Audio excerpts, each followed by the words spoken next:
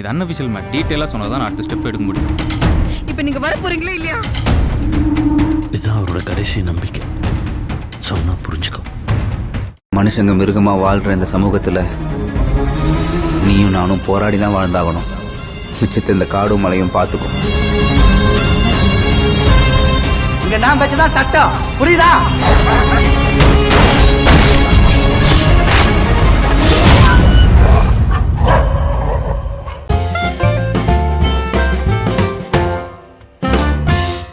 வணக்கம் சார். வணக்கம் மணி sir. Sir இதில் ஃபஸ்ட்டு டே சார் நீங்கள்லாம் போயிருந்தீங்களா தியேட்டரில்? சார் கேப்டனும் எல்லா சைடும் போனோம். அதில் ஆல்பர்ட்டில் நடந்த ஒரு நிகழ்ச்சி தான் எனக்கு நல்லா ஞாபகம் இருக்கு. ஆல்பர்ட்டில் அப்போ கேப்டன் வரல. ஏன்னா படம் வந்து எல்லா சைட்லேருந்தும் பட்டி தொட்டியிலேருந்து மதுரையிலேருந்தெல்லாம் பிரமாதமான ரிப்போர்ட் வந்துட்டு இருக்கு. எல்லா இடத்துலையும் பெருசாக ஊமையிலியல்னு ஒரு அது அந்த சினிமா ஸ்கோப் ஏரியா பயங்கரமான ரிப்போர்ட் வருது. ஆல்பர்ட் தேட்டர்லாம் நம்ம யாருன்னே தெரியாது. மாரியப்பன் சார் இருக்கார மேனேஜரு அழைச்சிட்டு போய் நீங்கள் முன்னாடி போய் நின்றுடுங்க பாருங்க அப்படின்ட்டார். ஆடியன்ஸோட பயங்கரமாக என்ஜாய் பண்ணுறாங்கன்னு. நூன் ஷோ ஆல்பர்ட் தேட்டரில் அங்கே தான் ஃபஸ்ட்டு பார்க்குறோம். தேட்டருக்கு போய் பார்த்தா நம்மளை யாருன்னு தெரில. படம் பார்க்குறவங்களுக்கு எழுந்திரிச்சு நின்று கை தட்டுறாங்களோ. அந்த கார் ஷாட்டெல்லாம் என்டையர் தேட்டர் அப்படியே எழுந்திரிச்சு நின்று கை தட்டுறாங்க. நமக்கு அப்படியே சிலுக்குது. பார்த்துட்டு அவங்க கூட பேசிக்கிறாங்க. அது யாரோ நம்ம இன்ஸ்டியூட்டில் படித்த பசங்களாண்டா, எல்லாம் சின்ன சின்ன பசங்களாண்டா பிரமாதமாக பண்ணியிருக்காங்கன்னு அற்புதமான ஒரு டாக்கு. படம் முடிஞ்சிட்டு எல்லாம் க்ரௌடு வெளில வருது.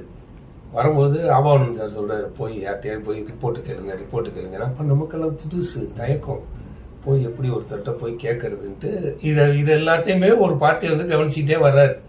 நாங்கள் பேசுறது தயங்குறது எல்லாத்தையும் பார்த்துக்கிட்டே. நான் போய் தயங்கி அவர்கிட்ட தான் முதல்ல கேட்டேன். அவர் யாருன்னு கூட எனக்கு ஞாபகம் இல்லை. ஃபஸ்ட்டு கேள்வி கேட்டேன், படம் எப்படிங்க அப்படின்னு. அப்படி பார்த்தாரு, படம் குப்பைங்க, அவுட்டு பண்டிலு அப்படின்ட்டு போயிட்டாரு. அப்படியே ஆஃப் ஆயிடுச்சு.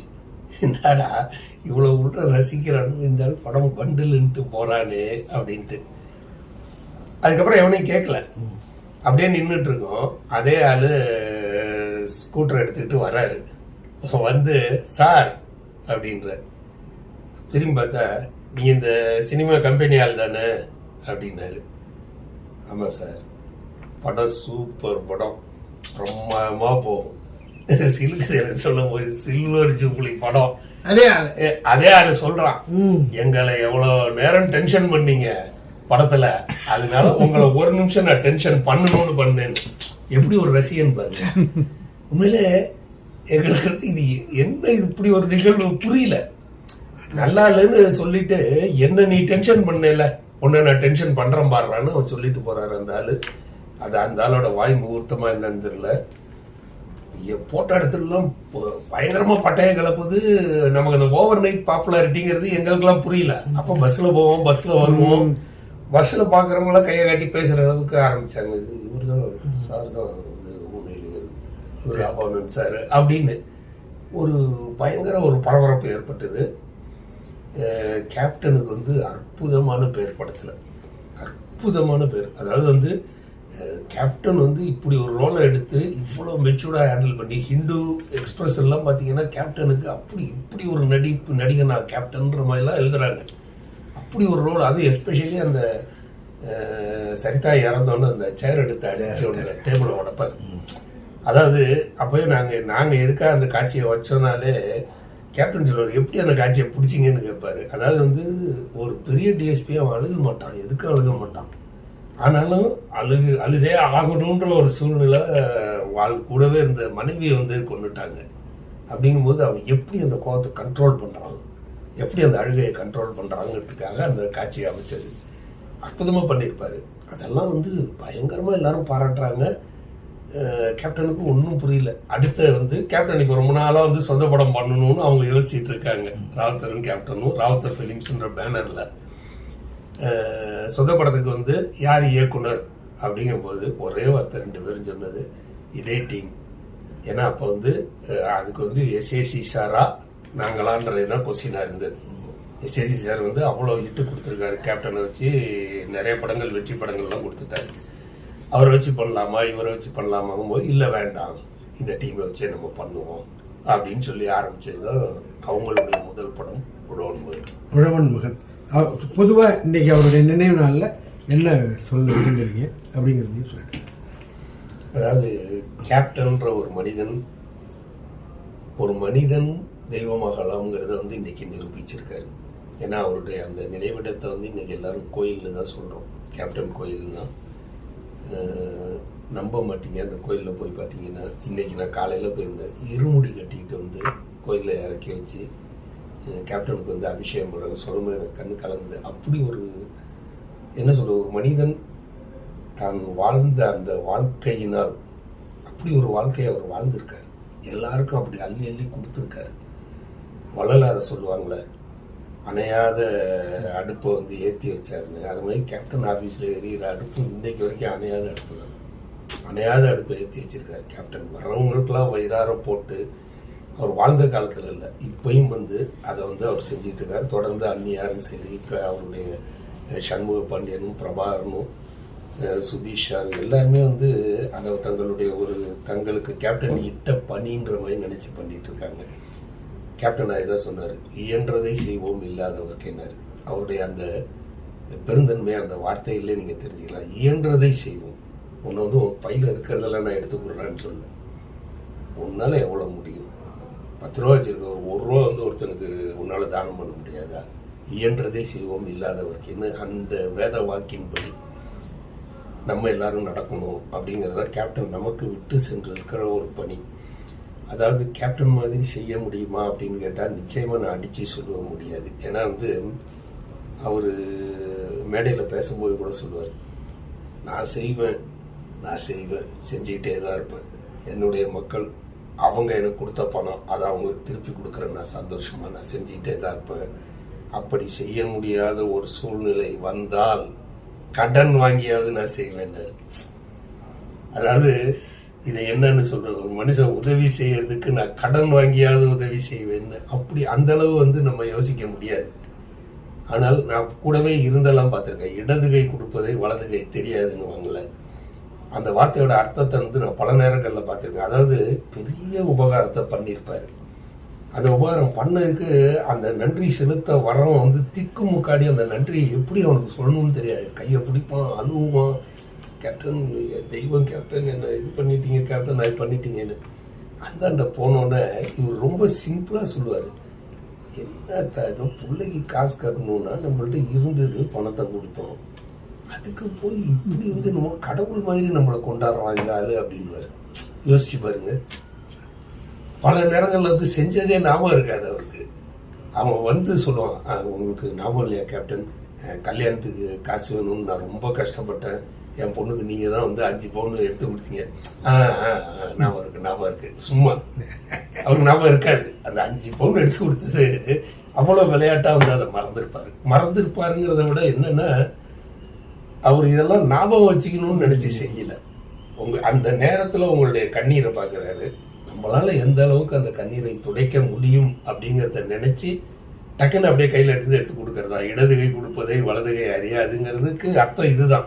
அவர் செஞ்சதே மறந்துடுவார். அதே மாதிரி அவர் செய்யறதுலே வந்து அதெல்லாம் என்ன பண்புங்கிறது அவரோட பழகும் போது நமக்கு தோணல. கேப்டன்கிட்ட இப்போதான் ஒன்னொன்னையா யோசிக்க வைக்கிறார். அவர் நேரடியாக போய் ஒருத்தர்கிட்ட கேட்க மாட்டார், என்ன டல்லாக இருக்கீங்க, உங்களுக்கு என்ன வேணும்னு கேட்க மாட்டார். டல்லாக இருக்கிறவனுக்கு உதவி செய்யணும்னு முடிவு பண்ணுவார். இப்போ மணியண்ணன் டல்லாக இருந்தாருன்னா அவர் டெய்லி பார்க்கும்போது தெரியுமா அவருக்கு, என்ன கூப்பிட்டு சொல்லுவார், மணியண்ணன் என்னமோ இதாக இருக்காரு, என்னன்னு போய் கேளு அப்படின்னுவார். நான் கேட்டேன்னு சொல்லல, அதை ரகசியமாக என்னன்னு கண்டுபிடிங்கன்னுவார். சீக்கிரட்டாக கண்டுபிடிக்கணும்.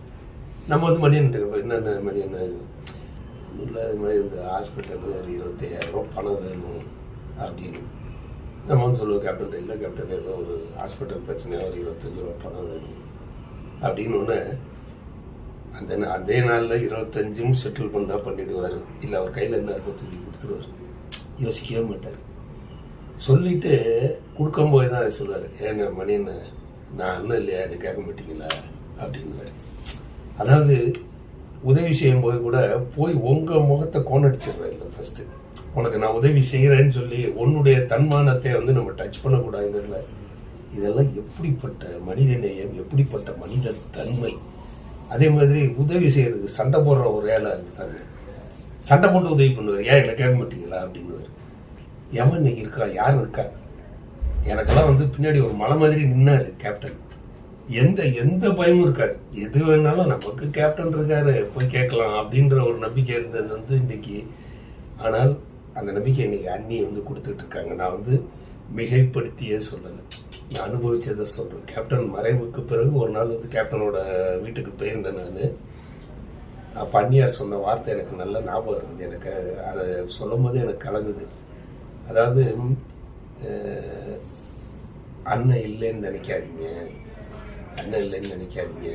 வீட்டில் நான் அண்ணி இருக்கு, பிள்ளைங்க இருக்காங்க. நீங்கள் அண்ணன் இருக்கும்போது எப்படி வருவீங்களோ, சரி சொல்ல முடியல, அண்ணன் இருக்கும்போது நீங்கள் எப்படி வருவீங்களோ அதே மாதிரி இந்த வீட்டுக்கு நீங்கள் வந்துட்டு போயிட்டுருங்க. உங்கள் அண்ணன்ட்டு எப்படி உரிமையாக நீங்கள் எல்லாத்தையும் கேட்பீங்களோ அதே மாதிரி இந்த அண்ணிட்ட கேளுங்க. என்னன்னு அதாவது வந்து என்னென்னா, கேப்டன் இருக்கும்போது அப்படி பண்ணலாம். அண்ணியார் வந்து அதை கேப்டன் இறந்த அன்னைக்குங்க நான் போகிறேன், என்னால் முடியல, நான் அழுகிறேன். நீங்க அவங்க அழாதீங்கன்றாங்க. அதாவது தன் மேலே வந்து கேப்டன் வந்து குருவி தலையில் பணங்கா வச்ச மாதிரி அன்னி தலையில் வந்து அப்படியே இந்த கழகத்தை காப்பாற்றணுன்ற ஒரு பெரிய பொறுப்பை வந்து விட்டுட்டு போகிறாரு. அதை அப்படியே சுமந்துக்கிட்டு தன்னுடைய அந்த சொந்த இழப்பை, கேப்டனை இழந்து நிற்கிறாங்க, கட்டிய கணவனை இழந்து நிற்கிறாங்க. அந்த இழப்பையும் மறந்து வர்றவங்களுக்கு வந்து ஆறுதல் சொல்கிறாங்க. அவங்க தனியாக போய் தான் அழுதுருப்பாங்கன்னு நினைக்கிறேன். அப்படி ஒரு இதை வந்து என்கிட்ட கேப்டன் ஒப்படைச்சிருக்காரு, நான் இந்த கழகத்தை கட்டி காப்பாற்றணும் அப்படின்னு சொல்லி இன்னைக்கு ஒவ்வொரு தொண்டர்களுக்கும் கேப்டன் இல்லைன்ற அந்த எண்ணமே ஏற்படாத வண்ணம் வந்து அவங்க செஞ்சிட்ருக்காங்க. இன்றைக்கி அதுதான் இந்த கோயிலில் இன்றைக்கி போனப்போ கூட அதுதான் போனோன்னு கூப்பிட்டு பக்கத்தில் நிறுத்தி வச்சு சாப்பிட்டுட்டு போகணும் அப்படின்னு. ஒரு நாள் நான் கேப்டன் ஆஃபீஸுக்கு போய் அண்ணி முன்னாடி அழுதுட்டேன். அழுவே கூடாதுன்னு போவாங்க. போனோன்னே ஃபஸ்ட்டு கேள்வி கேட்டாங்க, பொண்ணு எப்படி இருக்கா அப்படின்னாங்க. எனக்கு கடகடன்னு தண்ணி வந்துச்சு. என்னாச்சு அப்படின்னாங்க. இல்லை எனக்கு மறுபடியும் அண்ணன் ஞாபகம் வந்துடுச்சு. அவர் தான் போனோடனே மாவா என்னத்தா பண்ணுறா அப்படின்னு. அந்த மாதிரி குடும்பத்தையும் ஒவ்வொரு குடும்பத்தையும் எனக்கு மாத்திரம் நடந்தால் பரவாயில்ல, எல்லாரையும் மணியனெல்லாம் பல நேரங்களில் அதை அனுபவிச்சிருக்காரு. போகிறவங்களெல்லாம் பார்த்த உடனே கேட்பாரு, எப்படி அவங்க என்ன பண்ணுறான், அவங்க பையன் என்ன பண்ணுறான், அவங்க அண்ணன் பையன் ஒருத்தனை அழைச்சிட்டு இருந்தீங்களே வேலை இல்லைன்னு, அவன் என்ன பண்ணிட்டு இருக்கான், வேலைக்கு போயிட்டானா அப்படின்னு. அந்த மாதிரி ஒரு ஒரு குடும்பமாகவே இருந்தவர் வந்து கேப்டன் நீங்கள் தனியாக பார்க்கவே முடியாது. நானே கேட்பேன், எப்போ பார்த்தாலும் எப்படி கேப்டன் ஒரு 20 பேர் 25 பேர் கூட இருப்பாங்க. மதுரையில் அவருடைய நண்பர்கள்னு சொல்லி 25 பேர் ஒன்றா படுத்து எழுதிருப்பாங்க. இவரும் அந்த கூட்டத்தோட போய் சேர்ந்து படுப்பார். அப்படி ஒரு, அதாவது ரொம்ப எளிமையான இயல்பான ஒரு மனிதன். நான் என்ன சொல்கிறது, எனக்கு வந்து எல்லா வடிவத்திலையுமே நான் வந்து அவரை பார்த்துட்டேன். என்னுடைய அண்ணனாக பார்த்துட்டேன், தந்தையாக பார்த்துட்டேன், சகோதரனாக பார்த்துட்டேன், ஒரு நடிகனாக பார்த்துட்டேன், ஒரு ப்ரொடியூசராக பார்த்துட்டேன், ஒரு டைரக்டராக பார்த்துட்டேன். பல விஷயங்களில் பல வடிவங்களில் வந்து அதான் எங்கிருந்தோ வந்தான்ற அந்த பாட்டில் சொல்லுவான்ல, ஒன்றுக்கும் குழந்தைக்கு நான் இதை பண்ணுவான்ற மாதிரி எல்லாருக்கும், எனக்கு மட்டும் இல்லை. நீங்கள் கேப்டன் இறந்த அன்னைக்கு ஒரு இன்டர்வியூ ஒன்று பார்த்தேன். நான் உண்மையிலே வந்து மிரண்டுட்டேன். ஒருத்தர் கூட ஒரு நடிகன் இறந்துட்டான், ஒரு கட்சி தலைவர் இறந்துட்டார் அப்படி சொல்லவே இல்லை. எல்லாரும் என்ன சொல்கிறாங்க, என்ன கேப்டன் இதுக்கு வந்து நீங்கள் இவ்வளோ தூரம் ஊர்லேருந்து வந்திருக்கீங்களே, கேப்டன்னா உங்களுக்கு ரொம்ப பிடிக்குமா? என் பொண்ணு கல்யாணத்துக்கு வந்து அவர் தாங்க காசு கொடுத்து கல்யாணத்தை பண்ணி வச்சார். என் பையன் படிக்கிறதுக்கு அவர் தாங்க காசு கொடுத்தாரு. எனக்கு பைக் வாங்கி கொடுத்தது கேப்டன் தாங்க. இதோ இன்னைக்கு நான் கையை ஊனிட்டு நடக்கிறேன்னு இந்த ஸ்டிக்கை கொடுத்தது கேப்டன் தாங்கன்னு ஒருத்தரும் தனக்கும் கேப்டனுக்கும் உள்ள அந்த தனிப்பட்ட உறவை வந்து சொல்லி பெருமைப்பட்டுக்கிட்டாங்க. எல்லாத்த விட இது வந்து எங்கேயாவது நம்ம சொல்ல வேண்டிய ஒரு நிகழ்ச்சி என்னென்னா, ஒரு நாள் கேப்டன் வந்து ஜிஹெச் ஹாஸ்பிட்டல் போகிறாரு.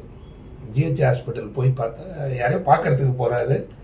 கட்டிலில் இவருடைய நண்பர் படுத்திருக்காரு. பார்த்தா பேஷண்ட்ஸ் ஃபுல்லாக தரையில் அங்கங்கே ஒரு கட்டில். இது ஒரு டாக்டர்கிட்ட கேஷுவலாக கேட்குறாரு, என்ன கட்டில்கள் இல்லையா அப்படின்னு. இருக்குது, அங்கங்கே உடஞ்சி போயிடுது, எல்லாம் நாங்கள் எழுதி போட்டிருக்கோம், இன்னும் வரல அப்படின்னு. கேஷுவலாக தான் நடக்குது. நம்மளும் கேஷுவலாக கேப்டன் கேட்டார், கேஷுவலாக இது நடக்குது, பார்த்துட்டு வந்தாச்சு.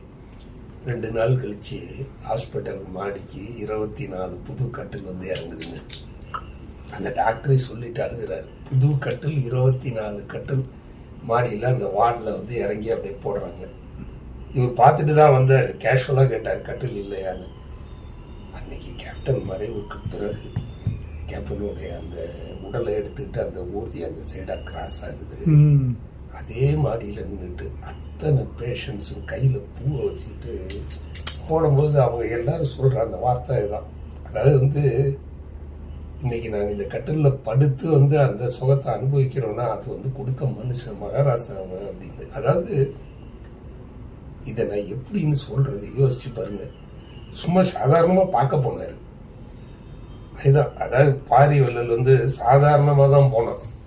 போகும்போது பார்த்தா ஒரு முல்லைக்கொடி வந்து படர்ந்து கிடந்தது. உடனே அந்த 1 செகண்ட் அதனுடைய அந்த இது இப்போ இப்படி கஷ்டப்படுதுன்னு அந்த 1 செகண்டு தான். அவன் நினைச்சிருந்தா அங்கே இதுக்கு போய் வந்து 4 பேரை கூப்பிட்டேப்பா நான் வரும்போது பார்த்த ஒரு முல்லைக்கொடி கொண்டு போய் ஒரு பந்தலை போடுங்கன்னு சொல்லியிருந்துருக்கலாம். ஆனால் அதை செய்யாமல் அந்த ஆள் வந்து நிறுத்தி தன்னுடைய தேரை நிறுத்தி வச்சு தேரில் வந்து அந்த கொடியை ஏற்றி விட்டு, அதுவும் பொண்ணு மணி வைரம் வைடூர் எல்லாம் படித்த தேர், என்ன ஒரு காஸ்ட்லி தேர். அந்த காஸ்டெல்லாம் அவனுக்கு அந்த நேரத்தில் தெரியல. அவனுக்கு தெரிஞ்ச அந்த கொடி கஷ்டப்படுது, வாடிய பயிரை கண்ட போதெல்லாம் வாடினேன்னார்லாம் வல்ல. அந்த மாதிரி இதை தமிழில் ரொம்ப அழகாக சொல்லுவாங்க. அதாவது அரிமடமும் சான்றோருக்கு அணின்னுவாங்க. அதுதான் எங்கள் கேப்டன். அறியாமல் செஞ்ச செயல் மாதிரி இருக்கும். நம்ம கேட்கும்போது என்னடா முட்டாளா இவன் தேரை நிறுத்தி வச்சு கொடியை போடுறான், பேசாமல் பந்தல் போடுற விட்டுட்டுன்னு. அது மாதிரி தான் இவர் போய் 24 கட்டில் வாங்கி கொடுத்தார என்னத்துக்கு அப்படின்னு நம்ம கேட்கலாம். ஆனால் அந்த 24 கட்டில் இருந்தவனு எழுந்திரிச்சு வந்து கையில் பூவை வச்சுட்டு அந்த இதுக்கு போட்டான்னு இந்த இது வந்து யாருக்கு கிடைக்கும் யோசிச்சு பாருங்க. காசு பணம் அப்படிங்கிறது, அதாவது அறியாமல் செய்கிறோன்ற மாதிரி தான் அவர் அள்ளி கொடுத்தார். வள்ளல், எம்ஜிஆர் வள்ளல் 8வது வள்ளல், கடையேழு வள்ளல்கள், 8வது வள்ளல் எம்ஜிஆர், எங்கள் கேப்டன் 9வது வள்ளல். இன்னைக்கு வந்து தெய்வம்.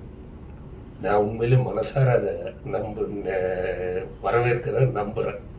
ஏன்னா வந்து கேப்டன் இருக்கும்போது போய் எப்படி குறைகளை சொல்லி தீர்த்துட்டோமோ அதே மாதிரி இன்னைக்கு அந்த கோயிலில் போய் உட்காந்து மனசார நீங்கள் கேப்டன்கிட்ட பேசுங்க. தனியாக இந்த கூட்டத்திலலாம் போகாமல் தனியாக போய் உட்காந்து கேப்டன்கிட்ட உங்கள் குறைகளை சொல்லுங்கள். அந்த குறைகள் நிச்சயமாக நிவர்த்தி ஆகும். Super sir. இந்த வீடியோ உங்களுக்கு பிடிச்சிருந்தா லைக் பண்ணுங்க, கமெண்ட் பண்ணுங்க, ஷேர் பண்ணுங்க, சப்ஸ்கிரைப் பண்ணுங்க.